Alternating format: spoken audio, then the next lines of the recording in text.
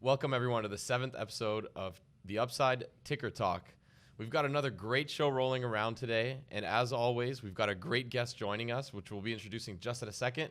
But as always, we kind of recap our last episode. As you guys can all see today, we're actually December 10th, snowstorm in Montreal. We're officially in our studio, which hopefully is going to be our more permanent home. We've been a traveling circus, if you will, for the most part of the year so far, but we're hopefully going to be doing a lot of the shows here.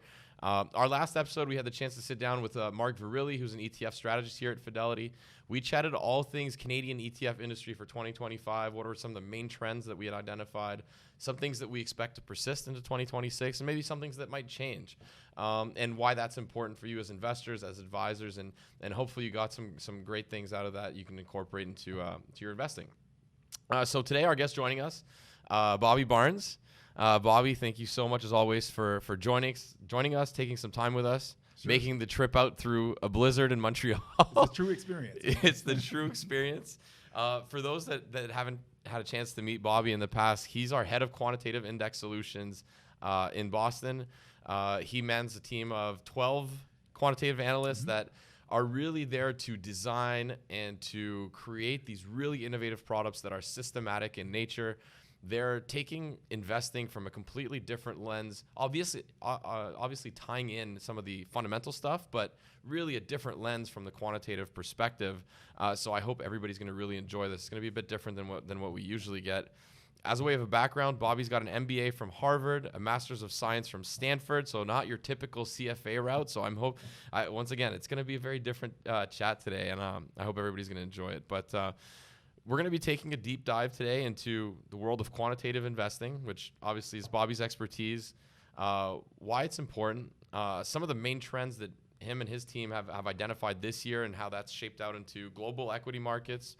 Might even chat about some fixed income, but a macro. I mean, we're going to touch on all different things. So, Bobby, once again, thanks for joining us. And yeah, this should be a great show.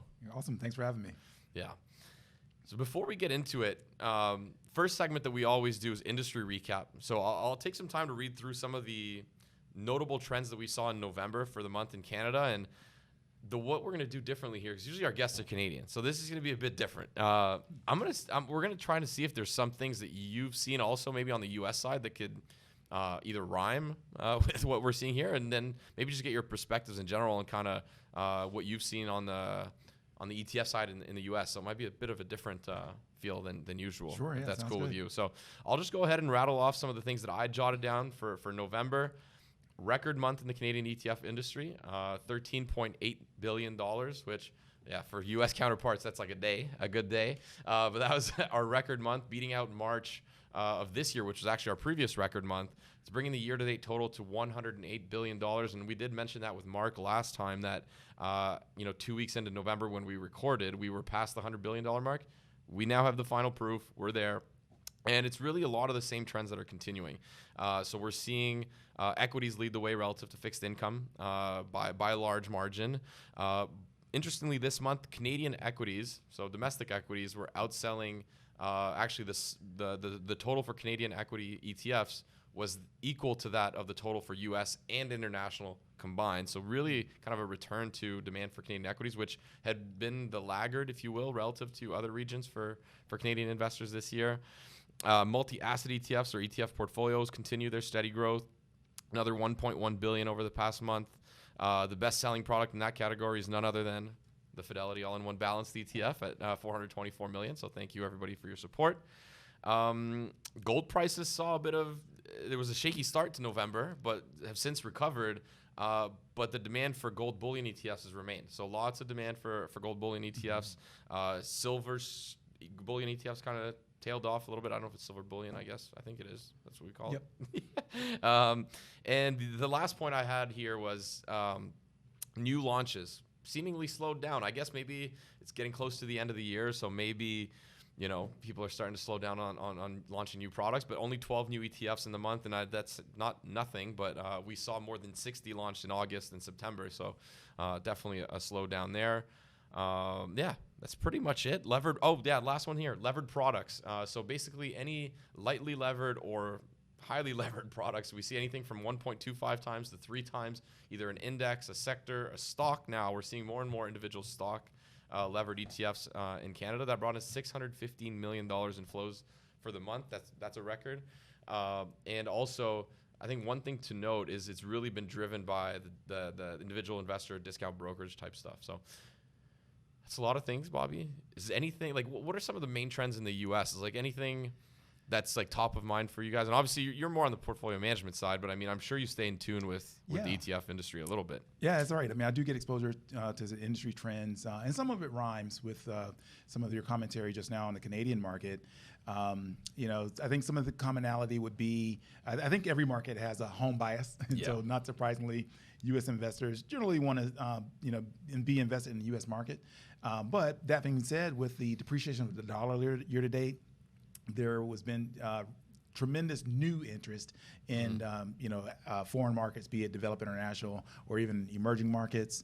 Same thing with gold. I mean, it's any asset class, when it's working, it starts to get more interest, and so there's a lot of shareholder questions and appetite for that. One area of distinction I would draw between the Canadian market and the U.S. market would be on the appetite around an all-in-one solution. I think that mechanically, it's a fantastic solution for an investor.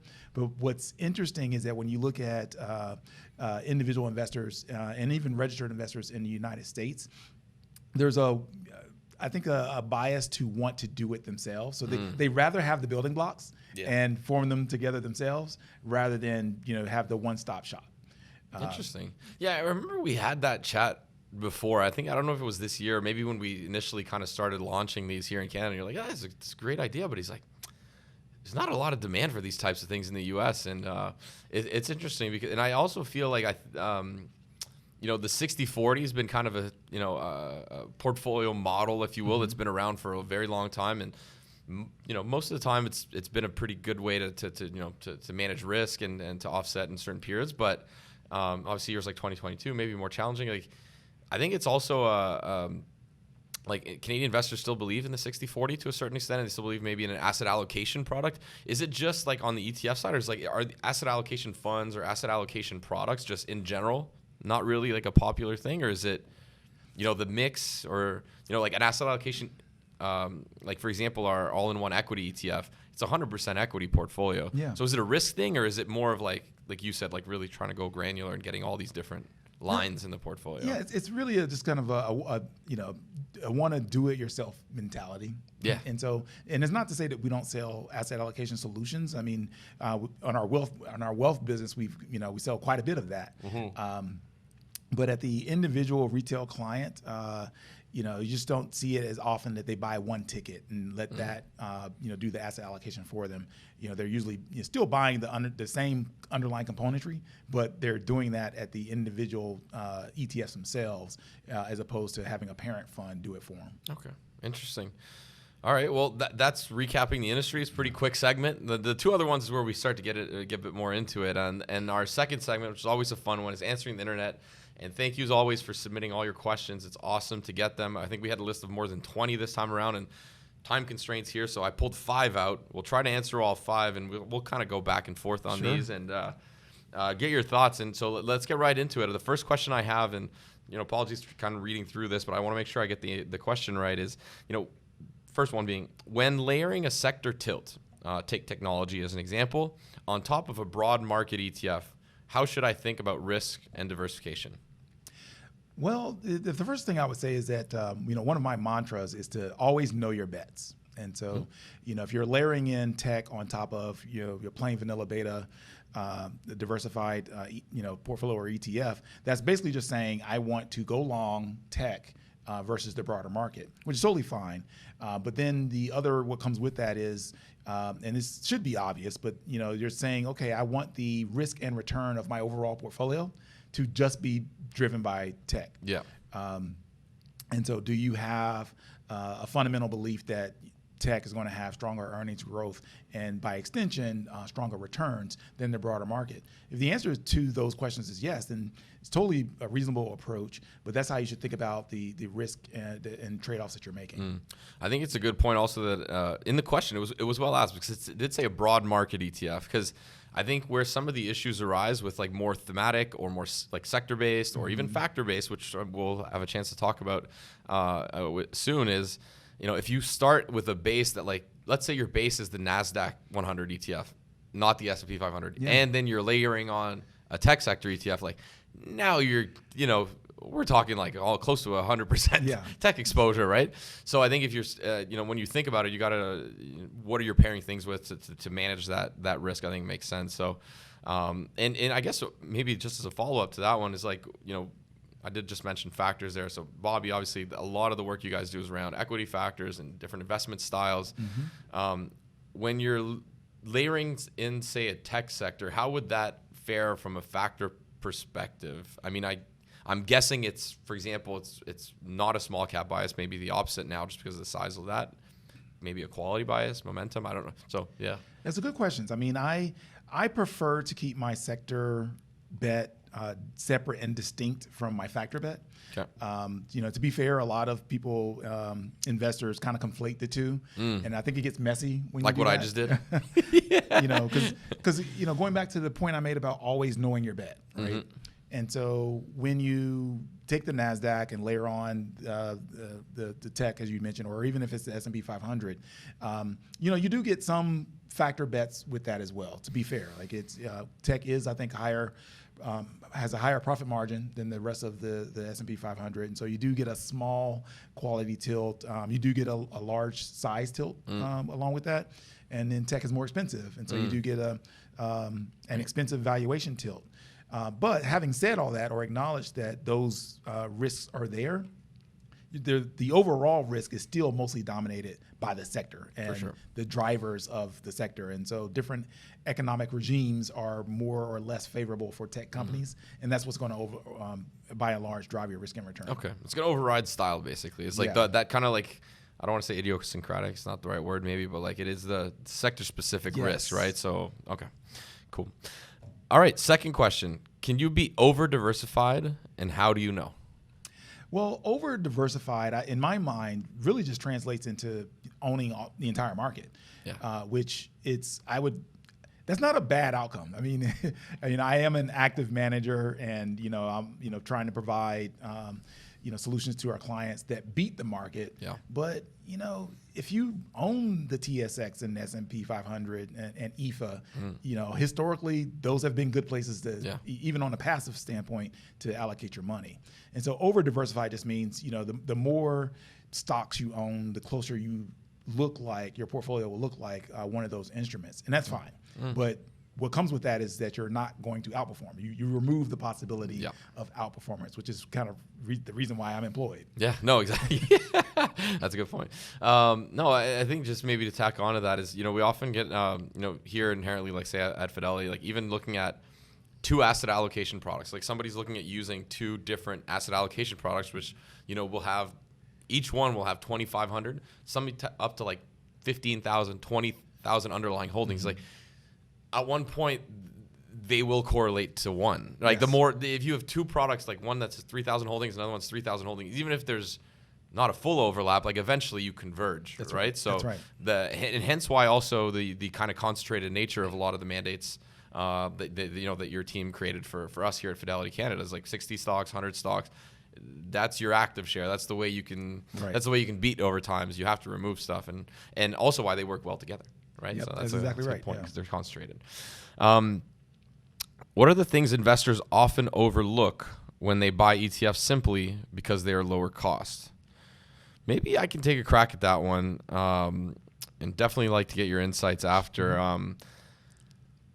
I think there's been so much, I guess, not pressure on fees, but kind of like in the media, like fees.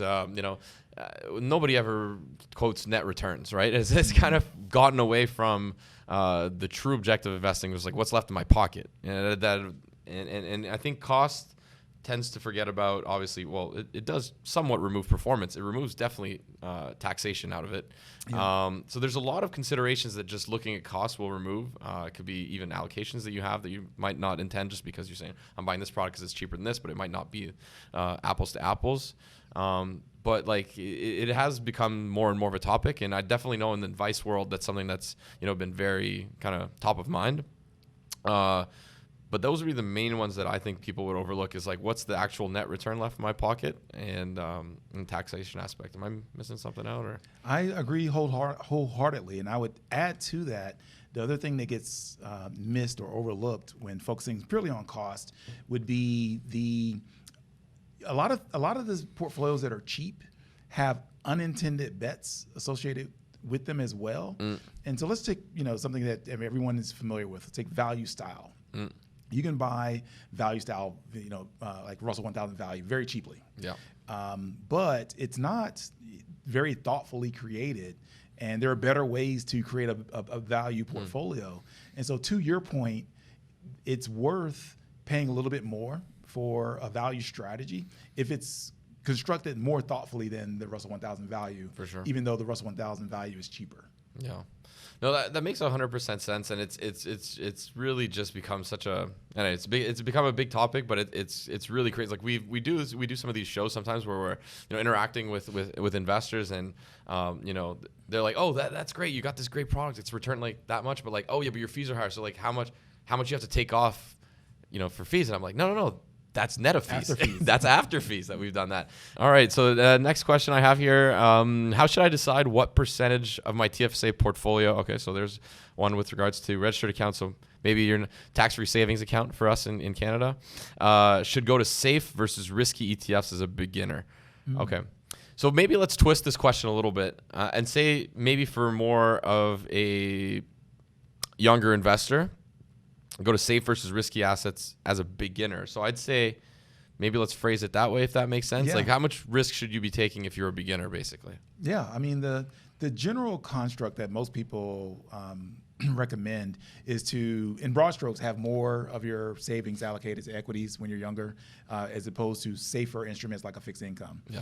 And don't hold me to these numbers. No. Roughly, that kind of speaks to like maybe. This is not investment advice. Yeah. That's one we can point to the camera to. This is not investment advice. Yeah, the compliance people will be happy. Yeah.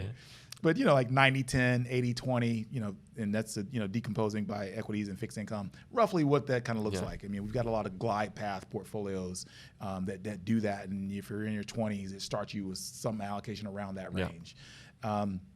But the other thing with that is that, having said that, it kind of assumes that as you go through or progress through life, you become more risk averse and and want more safety, which is true for a lot of people, but you can't remove the individual piece of it out of that. Yeah. And so there are some people like myself that I probably have just as much equity allocation as the 20-year-old. Yeah. Just because I'm not that afraid of risk. I mean, I am a professional investor, so yeah, you understand. I understand. Generally, if you wait, you're better. You need risk. Yeah. And so that's the overarching prescription is, answer the question of, how much risk can you tolerate? Can you personally, Étienne, tolerate? Yeah. And then make your allocation accordingly. Yeah, I think often like things when you're thinking about building the portfolios, like, yeah, okay, it's like volatility. Like, what does that necessarily mean for me? Like, it's not necessarily the daily ups and swings. It's like, what am I willing to lose for me is more kind of the way that I look at it. Like, so like bigger drawdown risk is maybe a better way to see it than like absolute volatility. Another thing too is like, other than just, when we say safe and risky, I think the best way to assume is, equities versus fixed income, for example. Mm-hmm. Another way to look at it, I think, is more like, because if it's a beginner investor, I think for the most part, generally they will tilt towards equities naturally, just because it seems a little bit more exciting. It's maybe stuff that you hear about more, like you'd rather buy, Apple stock than trying to find a way to over-the-counter trade some Apple, bonds. Is also a way to look at it from like a beta and then satellite positions that are more risky, right? Yeah. So like, if you want to own a core kind of U.S. large cap, equity ETF, well, that can be kind of like your safe part, if you will. But then, you want to add a little bit of crypto. You can add a little bit of, maybe some like that tech sector ETF, or maybe it's like an innovation themed ETF or AI themed ETF. It's like that's where the kind of, you can also see it in that lens where the safe part is the beta, and then you play around it. Yeah, I would agree with that. Yep.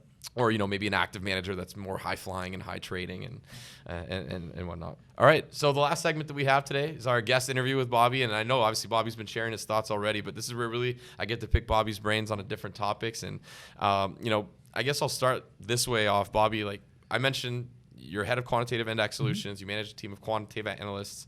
Like how would you describe quantitative investing to maybe somebody that's less familiar with it? So like, not everybody's just as smart as you are, so maybe it's simpler terms, but like what's the elevator pitch for quantitative investing?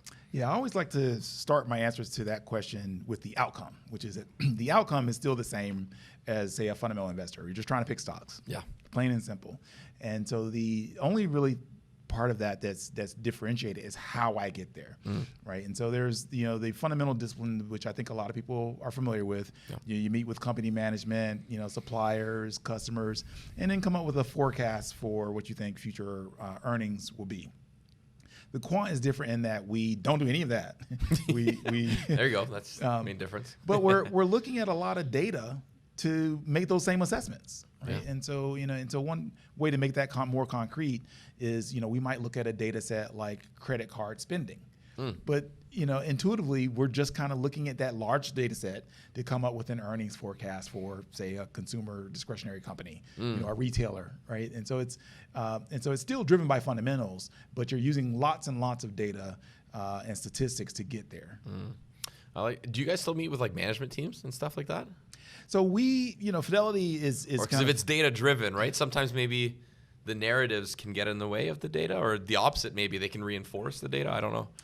It depends on the investor, on the particular quant. Like I think of myself as kind of being a hybrid of both. Like I very strongly believe that my quant models work when the fundamentals are working, and so I will meet with, say, company management to better understand the linkage between what my model is saying versus how management is talking about their business. And sometimes there are disconnects there. I've seen it both ways where. Here's a very good example where there was a stock when I was an analyst, a junior analyst, that was profiling as risky on my model, and it was saying that I should sell it. Okay. And it was actually my fundamental analyst counterpart who showed me the error or what was missing in that assessment, in that the company was risky historically, but they were a conglomerate and they had sold off the volatile piece of the business that was making it risky. And so that was kind of like an aha moment. It's like, oh, I never would have known that if I just kept my stayed in my little corner. Taking time for that to be manifested into the data set, right? Yeah. Oh, that's interesting. So you've been at Fidelity for over 15 years now? Yeah. Yep. 16. 16 years. All right. How's quantitative investing changed over those? Like, what are the biggest changes that we've seen over the past 15 years? And it's probably, it's an unfair question because so much has changed probably, but. Like what's like the most important change that you see in the way that you guys operate now versus say 15 years ago? I would say the biggest change is that quant has fully become part of the investment process.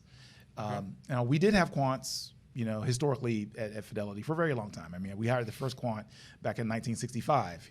That was a while ago. Yeah, he worked on the mainframe.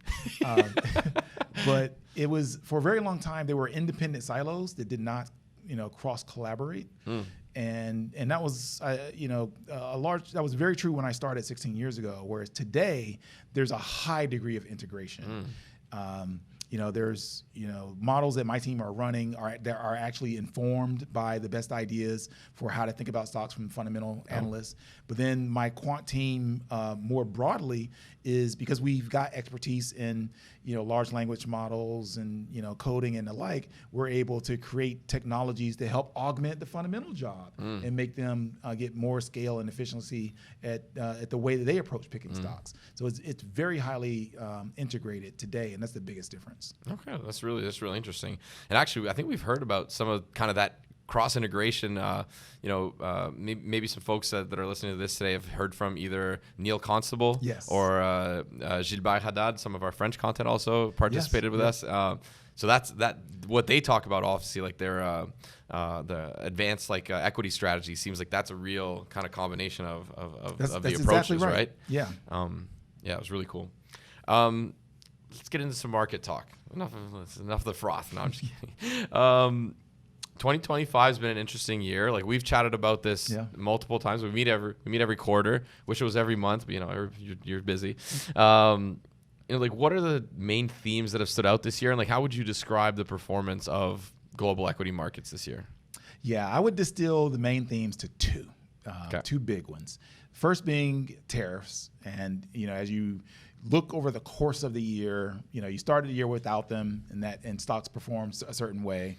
Then they when they were first announced, the tariffs that is, stocks performed a different way. Yep. Then when these tariffs kind of came off the boil, many of them were reduced. Then stocks performed another way again. Yep. So you kind of progressed through the year and needed to know what side of tariffs you were on, because that was dictating stock performance. So that's number one. Number two would be AI. And it is quite fascinating how AI is driving stock performance. Obviously, they're the obvious places that everybody like, oh yeah, AI is tech. Yeah. I'm here to tell you right now, it's everything. it's everywhere. I mean, there's old boring industrial companies that like a Caterpillar, who's doing dump trucks and stuff like that. But now those companies are involved with AI because you've got the infrastructure build out, or it could be along with the infrastructure, power is a big part of it. Yeah. So now you've got the utilities are coming in, and so it's across nearly all the sectors. And then by the way, how are you going to pay for all this stuff? You're going to either issue debt or might issue shares, and so now you need an investment bank or private credit companies. So none of financials companies are levered to AI. And so it's pretty interesting when you look at the basket of portfolio of stocks that are in some way correlated to AI. And there are like 200 of them. So that's broader than tech. That basket of stocks is up a lot year to date. And so that's been a major theme, and I think it will continue to be a major theme as we get into 2026. Very interesting. And so one thing that we've, when we had the initial kind of drawdown in March with the tariff announcement, and then the kind of the April 8th, I don't know, was that Liberation Day, or is that what they called it, or was that when they announced the tariffs? Anyways, I forget which one it is. Well, it was the tariff pause around April 8th. There was somewhat of a junk rally that occurred, right? So, and when we say junk, it's not like we dislike these companies. Like we're not, it's just weaker fundamentals maybe to a certain extent. Yes. How's that impacted kind of either the performance of different factors, or maybe relative performance of different factors, I should say? Yeah. Because it's something usually you see right out of a recession, or maybe a large drawdown in this case. And I think a lot of investors are wondering why some of their higher quality names that they own maybe are, why aren't they rallying with this stuff? But the index looks like it's doing fine. But it's an interesting kind of scenario that happened. Yeah, there were definitely dynamics and impacts there. At the start of the year, I like how you said it. How do you say it? The less profitable companies. Weaker fundamentals. The weaker fundamentals. I like that. Yeah. It's not as negative connotation. Less negative connotation. And so at the start of the year, the weaker fundamental companies didn't do as well, which is typical of late cycle. There's a time and place to buy stocks like that, and it's usually not now, the environment we're in now. And then, when we had that sell-off due to the tariff or Liberation Day tariffs, and when the market bottomed, I think it was April 8th when the market bottomed, after, I think peak to trough, it was down about 20%. And generally speaking, when you have a market that's down that much and it starts to recover, which is what happened after April 8th, you get a junk rally or weaker fundamental rally. We can say junk rally is fine. And so the other side of that is the high quality, which is those companies have strong fundamentals, not weak fundamentals. And so if the fundamentally challenged companies, so we tried another one, are doing well, it's kind of a barbell. Then by inference, the high quality companies aren't doing well, or aren't doing on a relative basis. And so that's what we saw. Having said that, junk rallies usually don't last very long, especially outside of a recession. And so I think we're kind of on the tail end of that dynamic now, and expect that to participate or to persist into 2026. But there are some caveats to that statement, though. Yeah, no, absolutely. And I guess I want to pick your brain a little bit more again on the AI thing because, and it's almost like tied to this kind of junk rally thing where it's like you said it's everywhere. Everywhere. It's everywhere, and it's impacting a lot of great companies. It's also boosting the share price of a lot of companies that nobody had heard about, ever. And maybe they're more in the small cap world, and maybe they're more in the mid cap world. But we kind of saw that like little mini reckoning in November when like the quantum computing kind of 4 stocks that out there were down like 50+% for the most part in like a week and a half or 2 weeks. Yeah. Like it feels like when there's these mega trends, there's stuff that's pulled into it, or kind of like a side effect, if you will, of like there's more money going around, there's more investment.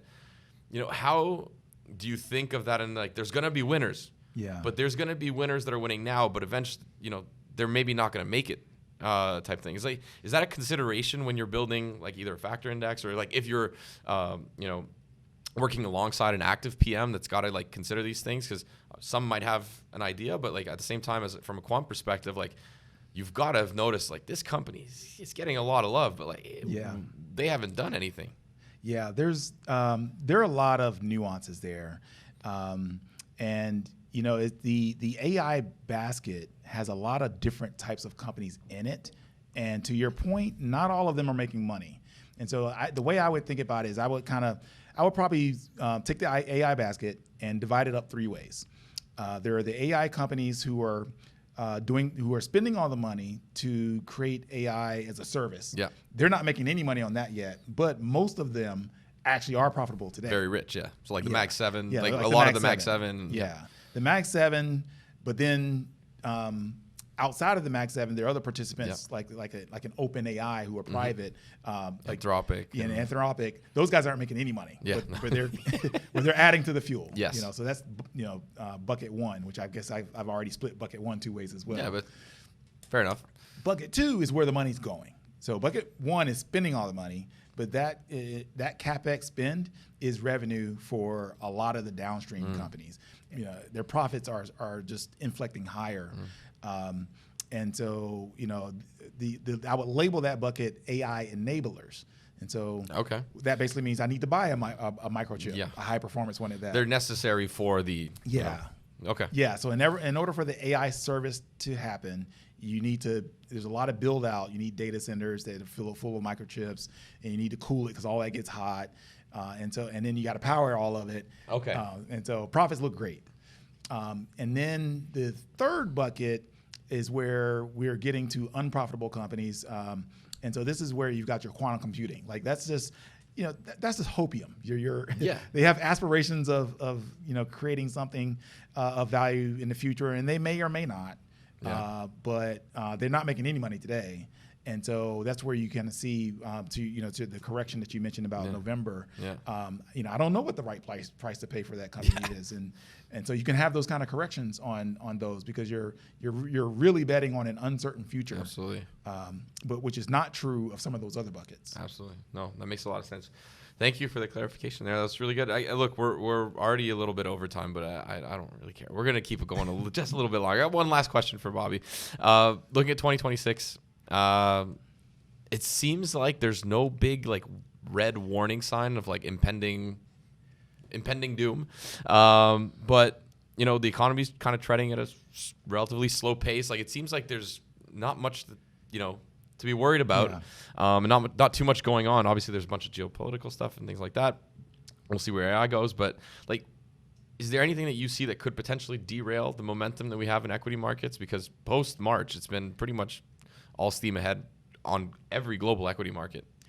You're right. I mean, things look very good right now, surprisingly. And you could say there's nothing else, by the way. Well, I think it's possible. I mean, I do hold out the possibility that something could happen. You always have the exogenous event that's unforeseen. Yeah. But it is a case that fundamentals, as defined by earnings revisions, look great. And not only do they look great, say in North America, when I look at emerging markets, they're inflecting higher. When I look at EFA, they're inflecting higher. And it's really rare to have earnings revisions going higher everywhere. Yeah. So from that standpoint along, it's synchronized, which is surprising given the year that we had. You know, especially you mentioned geopolitical. Like there's a lot going on geopolitically, and yet fundamentals are not only resilient but increasing as it stands right now. So that's a plus.